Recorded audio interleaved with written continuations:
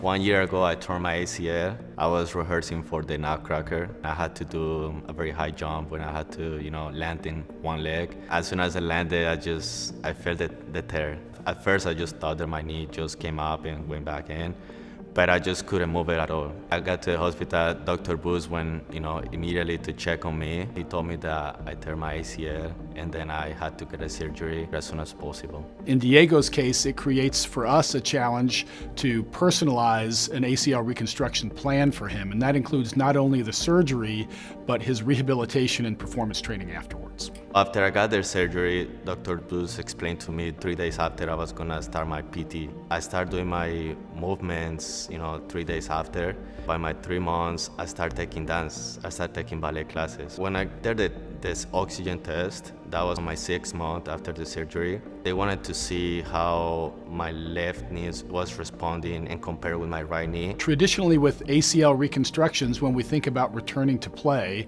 we think about time from the surgery and meeting particular criteria. Do you have good strength? Do you have good range of motion?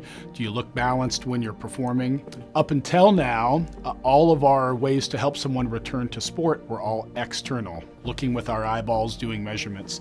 This is the first time using wearable technology where we can help someone return to play looking internally. This study with our Moxy device allows us to assess the oxygen, or how the oxygen returns to your muscle after surgery.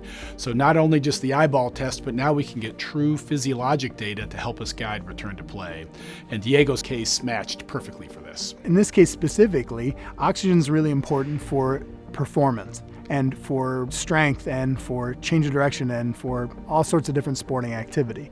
And so what we want to see with this sensor that we're utilizing is how well that muscle can consume oxygen or not. For us as dancers, we have to really understand our bodies and appreciate our bodies and everything. So when they told me about the oxygen test, it was, incredible for me, because I really wanted to know exactly how good I'm doing, or what extra things I have to do with my, with my knee and the exercise on my PTs and dance as well.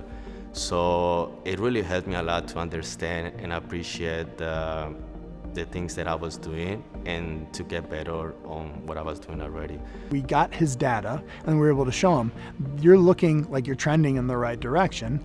Oftentimes we look at that in conjunction with the activities they're doing, like jumping, landing, strength, and saying, we are seeing a trend that when people increase their strength and when they're better with jumping and landing, that these muscle oxygen numbers are going up as well. And so it kind of helps guide us in the direction of the intensity and the specificity of the training that we want him to focus on in order to get back to his full participation in the performing arts.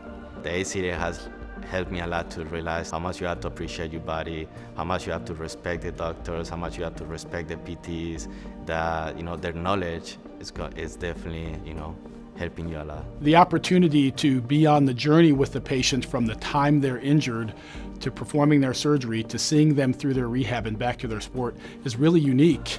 And it's a part where you develop a bond with that patient and you're really invested in their success. And Diego was a great example. So for me, this was very fulfilling to see how hard he has worked, follow him through the journey and see him succeed and do the thing he loves to do.